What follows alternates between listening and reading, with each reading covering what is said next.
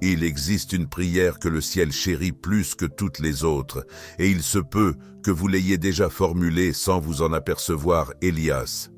Que disait Jésus à propos de vos prières murmurées, allongées dans le silence de la nuit?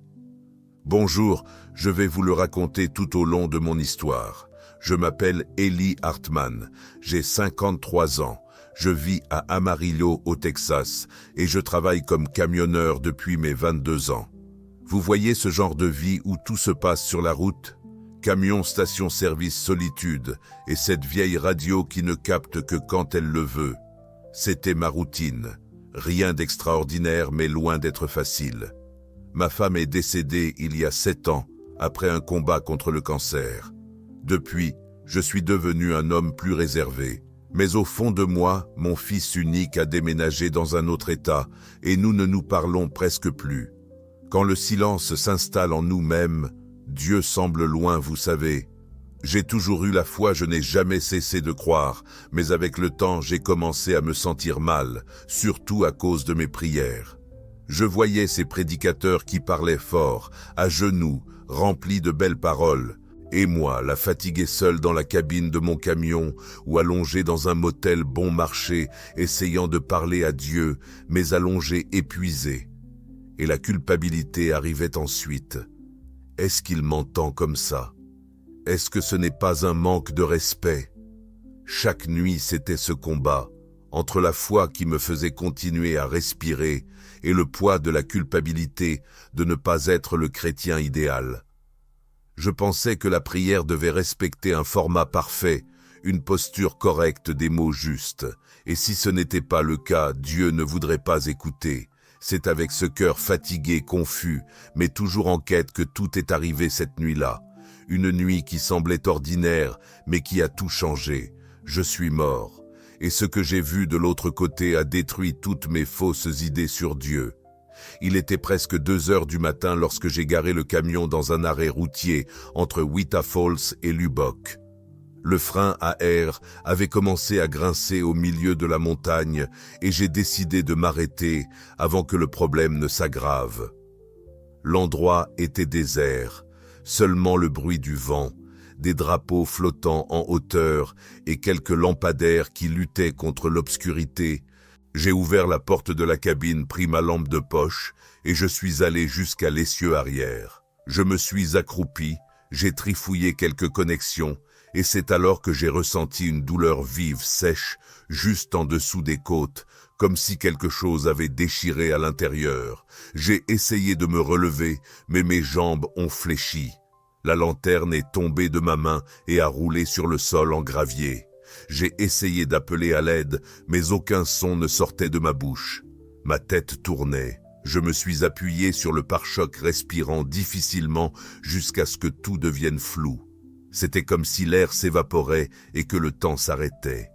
Je suis tombé sur le côté, un peu replié sur moi-même, regardant la lumière de la lanterne là-bas, qui clignotait lentement, comme si elle s'éteignait avec moi. Je n'ai vu aucune ambulance, personne ne courait, juste un silence absolu. Un silence qui engloutissait tout.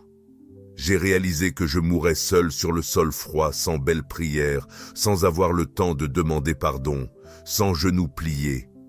Juste moi, le ciel sombre et la sensation que mon cœur cessait de battre. Puis soudain, tout a changé. Le froid a disparu, la douleur s'est arrêtée, le poids de mon corps s'est envolé comme si j'avais retiré une armure en plomb. Quand j'ai rouvert les yeux, ce n'était plus la nuit, ce n'était plus la station-service. J'étais dans un autre lieu, un endroit si plein de paix que les mots ne lui rendent pas justice, comme si chaque atome y chantait en silence. Et c'est là, dans cet endroit de lumière éclatante et de brise, qui ne venait pas du vent, que j'ai entendu pour la première fois une voix traverser toute mon âme. Elias n'était pas juste un nom, c'était comme si quelqu'un qui m'avait toujours connu m'attendait. Et à cet instant, j'ai su que j'étais mort. Mais ce qui allait suivre serait la plus grande révélation de ma vie. L'endroit où je me trouvais ne semblait avoir ni sol, ni ciel.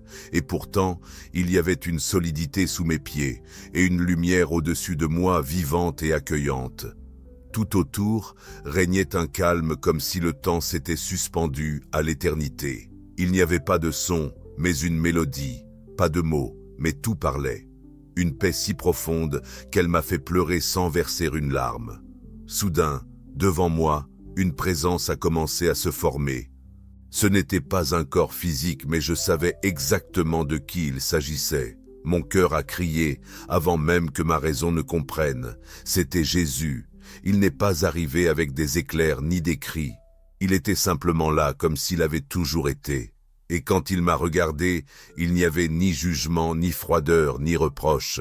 Juste un amour qui traversait toutes mes blessures, toutes mes nuits d'insomnie. Tous les dieux me pardonnent que je n'avais jamais prononcé à voix haute. Il s'est approché doucement, et quand il s'est tenu devant moi, il a souri. Un sourire qui ne venait pas seulement du visage, mais de toute l'éternité, et il dit « Elias, j'ai entendu toutes tes prières, j'ai senti mes jambes faiblir, mais ici, dans cette réalité, je ne suis pas tombé. » Il continua. Celle que tu as adressée en conduisant celles que tu as murmurées, allongées avant de t'endormir, même celles qui sont restées inachevées. Je les ai toutes entendues. Je voulais parler, expliquer, m'excuser de ne pas avoir prié davantage à genoux, de m'être assoupi en priant, de m'être senti indigne. Mais il savait tout. Et avant qu'un seul mot ne sorte de ma bouche, il m'a touché l'épaule et a dit « Viens, je veux te montrer quelque chose ».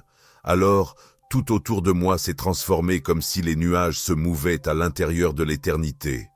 Une nouvelle scène s'est ouverte devant mes yeux et ce que j'ai vu a à jamais changé ma façon de comprendre la prière et de percevoir le cœur de Dieu.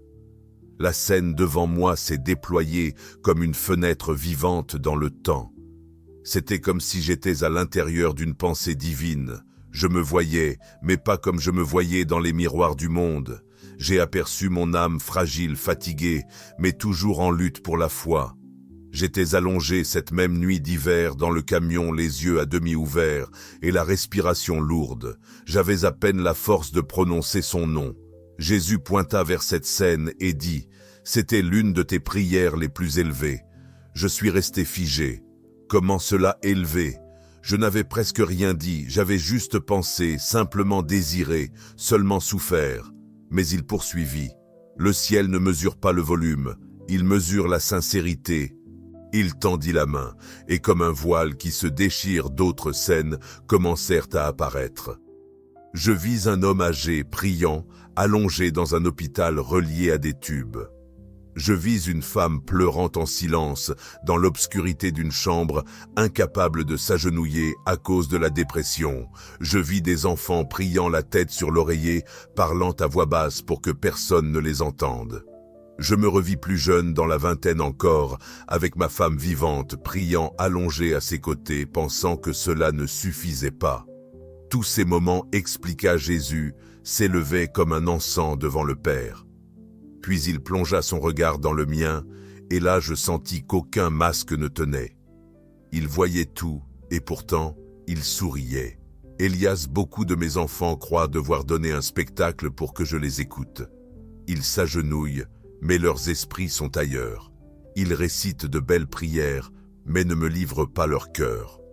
À cet instant, il montra une autre scène.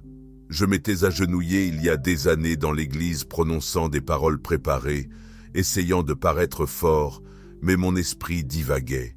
Mon cœur était sec. Là, Jésus dit « J'ai vu la forme, mais je ne t'ai pas vu ici », me pointant allongé le front en sueur, fatigué, murmurant un « Seigneur, m'entends-tu ici? J'ai tout vu de toi. » Et je répondis « Cela m'a brisé. Tu pensais que tu donnais peu, mais en réalité tu me donnais tout ce que tu avais. » C'est alors que Jésus posa sa main sur ma poitrine et dit « C'est ici que la prière commence. Pas dans le corps ni dans la posture, mais dans la vérité. Le Père cherche des adorateurs qui l'adorent en esprit et en vérité. » Ces paroles ne ressemblaient pas à un sermon. C'était comme si mon esprit s'en souvenait, comme si je savais déjà au fond de moi que c'était toujours de cela qu'il s'agissait. Et quand l'âme s'allonge sur moi, c'est là que j'écoute le mieux. Jésus tendit la main. Et comme si le ciel se repliait sur lui-même, j'ai été transporté dans une autre vision. C'était la nuit, une nuit sombre et froide, dans un désert que je ne reconnaissais pas. Mais au centre de ce paysage désertique se trouvait un homme étendu sur une roche, les yeux ouverts, regardant le ciel. C'était David, pas le roi en gloire, mais le fugitif, seul, poursuivi, vulnérable. Jésus chuchota comme s'il lisait mon âme. Psaume 63, verset 6. Quand je me couche, je me souviens de toi. Je pense à toi pendant les veillées de la nuit. David là étendu sur le sol dur, sans couronne, sans soldats, sans temple, juste le cœur exposé devant Dieu. Il n'y avait ni louanges chantées, ni prières éloquentes, juste la pensée et la soif de la présence divine. Là, dit Jésus, il n'y avait pas de posture, juste la présence. Et puis encore une fois, les visions se succédèrent devant moi comme des vagues douces. Une vieille femme alitée murmurait « Seigneur, emmène-moi quand ce sera ton heure ». Avec des yeux embués, un père au chômage allongé sur le canapé priait en silence pour ne pas réveiller ses enfants.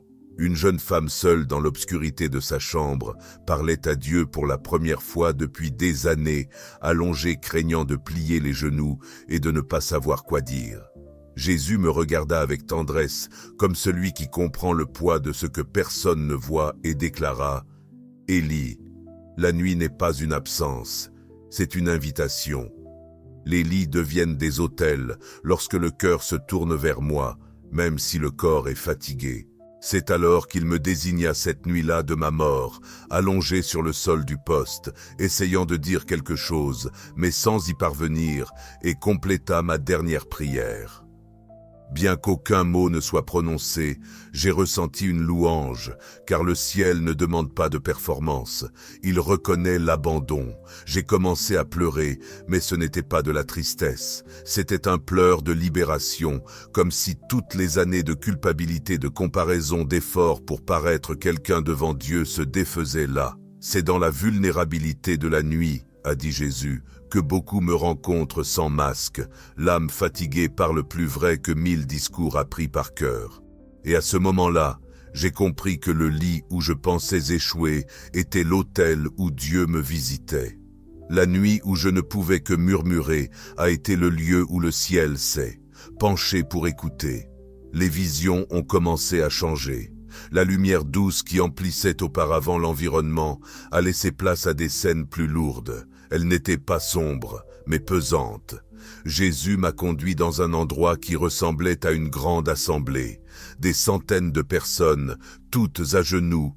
Certaines pleuraient, d'autres répétaient des prières apprises avec ferveur, mais il y avait quelque chose d'étrange. Rien ne s'élevait. C'était comme si ces prières ne sortaient pas du cœur, comme si elles résonnaient uniquement dans leur bouche. J'ai vu des personnes avec une posture parfaite mais des regards vides, des mains levées mais des cœurs fermés. Jésus m'a regardé avec tristesse dans ses yeux et a dit « Toute révérence n'est pas sincère, toute posture n'est pas soumission. » Il a pointé du doigt une femme qui priait avec éloquence, voix ferme, main tendue vers le ciel. Mais autour d'elle, j'ai vu de petits miroirs flottants tous tournés vers elle. C'était comme si sa prière était plus une question d'être vue que d'être entendue au ciel. Elle, a dit Jésus, prie pour préserver son image. Elle me cherche mais avec des filtres. Ensuite j'ai vu un homme en costume impeccable à genoux sur l'autel d'une église. Sa prière semblait intense, mais Jésus m'a montré ce qui se passait en lui. Des pensées de jugement, de comparaison, de vanité spirituelle. C'était comme s'il était sur une scène, cherchant l'approbation, pas le pardon. Il prie joliment, mais il ne prie pas vraiment, a affirmé Jésus, et il pense qu'en étant à genoux, il m'impressionne. Cela m'a brisé. Combien de fois ai-je moi-même essayé de prier de la bonne manière, juste pour me sentir accepté? Combien de fois ai-je répété des mots en espérant me sentir plus spirituel, et pourtant je restais vide. Ces scènes m'ont montré que l'orgueil peut se cacher même dans la prière. « Elias, dit-il, la prière que j'aime est celle qui ne cherche pas à m'impressionner, mais qui vient simplement de ce que tu es. » Et alors, en contraste, Jésus montra de nouveau cette femme dans la chambre sombre, allongée, pleurant, sans pouvoir dire un mot. Un homme atteint d'Alzheimer, répétant la même phrase à Dieu avant de s'endormir. Un jeune dépendant aux drogues, essayant de prier les dents serrées à cause du manque. Ceux-là, dit Jésus, ne savent pas prier avec éloquence, mais ils sont sincères, et c'est à eux que je prends plaisir. Il me regarda et conclut avec fermeté et compassion. S'agenouiller peut être un acte sacré, mais si cela ne vient pas du cœur, ce n'est qu'un geste. Le lit, le sol, le banc, tout devient autel quand il y a vérité. Je cherche des fils, pas des comédiens. Après cette série de révélations, nous restâmes silencieux. Le silence en disait plus long que 1000 mots. J'avais l'impression que tout ce que j'avais gardé au fond de moi toute ma vie venait enfin d'être exposé, compris et guéri. Jésus marcha à mes côtés sur une sorte de chemin lumineux. Les couleurs autour de nous étaient indescriptibles. Ce n'étaient pas des couleurs comme celles de la terre, mais des émotions vivantes. À chaque pas, je sentais le poids de mon passé s'alléger. C'était comme avancer dans la grâce. Nous nous arrêtâmes devant un vaste champ. Au fond se dressait un arbre immense, comme je n'en avais jamais vu. Ses feuilles brillaient comme de l'or liquide, et chacune murmurait des mots que je ne comprenais pas, mais qui m'apportaient paix, liberté, un sentiment de foyer. Jésus regarda l'arbre et dit, presque en parlant pour lui-même, « C'est ici que beaucoup se reposent après la bataille. C'est ici que ceux qui ont fini leur course sont accueillis. » Je sentis mes yeux s'embrumer. Une partie de moi voulait rester. Après tout ce que j'avais vu, comment revenir? Comment faire face au monde après avoir touché l'éternité? C'est alors que Jésus se tourna vers moi et parla d'une voix ferme mais pleine de tendresse. « Elias, je t'ai amené ici, non pas pour te retenir, mais pour te préparer. Ce n'est pas encore ton heure, mais ton appel est arrivé. » Il tendit la main, et devant nous apparut une dernière vision. Cette fois du monde réel, je vis mon corps allongé au sol dans le commissariat. 2 ambulanciers couraient vers moi. L'un d'eux criait mon nom. Et à ce moment-là, je compris, il restait encore du temps. Jésus saisit mes épaules et plongea son regard dans le mien, et ce qu'il dit resta gravé en moi comme une flamme. Retourne et dis à mes fils que je les entends même quand ils sont allongés, même quand ils pensent avoir échoué, même quand ils ne peuvent que chuchoter. Dites que le lit peut être un autel, que les heures tardives sont une terre sacrée, que la fatigue n'est pas une honte, c'est un pont.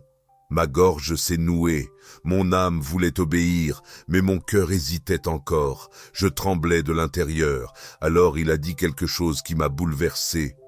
Elias, cette dernière prière que tu as tentée avant de mourir, je l'ai entendue en entier, car j'écoute même ce que le cœur ne peut pas exprimer. Puis, avec un dernier contact sur ma poitrine, il a ajouté « Tu ne m'as pas déçu, tu m'as trouvé. Maintenant va et aide les autres à me trouver aussi. » En un instant, tout s'est éteint. Quand j'ai ouvert les yeux, la première chose que j'ai aperçue était la lumière froide de l'ambulance clignotant au plafond. Tout était flou. J'entendais des voix, des bip-bip de machines, quelqu'un appelant mon nom. Mon corps souffrait, ma bouche était sèche et l'air semblait déchirer ma gorge, mais j'étais en vie. Contre toute attente, j'étais revenu. Un des ambulanciers tenait ma main comme s'il venait de sauver un vieil ami. Je ne pouvais rien dire, je pleurais simplement. Et ce n'était pas par peur. C'était parce que je savais au plus profond de moi que quelque chose avait changé pour toujours. Je n'avais pas seulement échappé à la mort, j'avais connu le ciel et plus important encore, j'avais été touché par Jésus. Les médecins ont dit que j'avais subi un arrêt cardiaque, que leur intervention rapide était un miracle, mais rien de ce qu'ils ont expliqué ne comprenait ce que je ressentais à l'intérieur.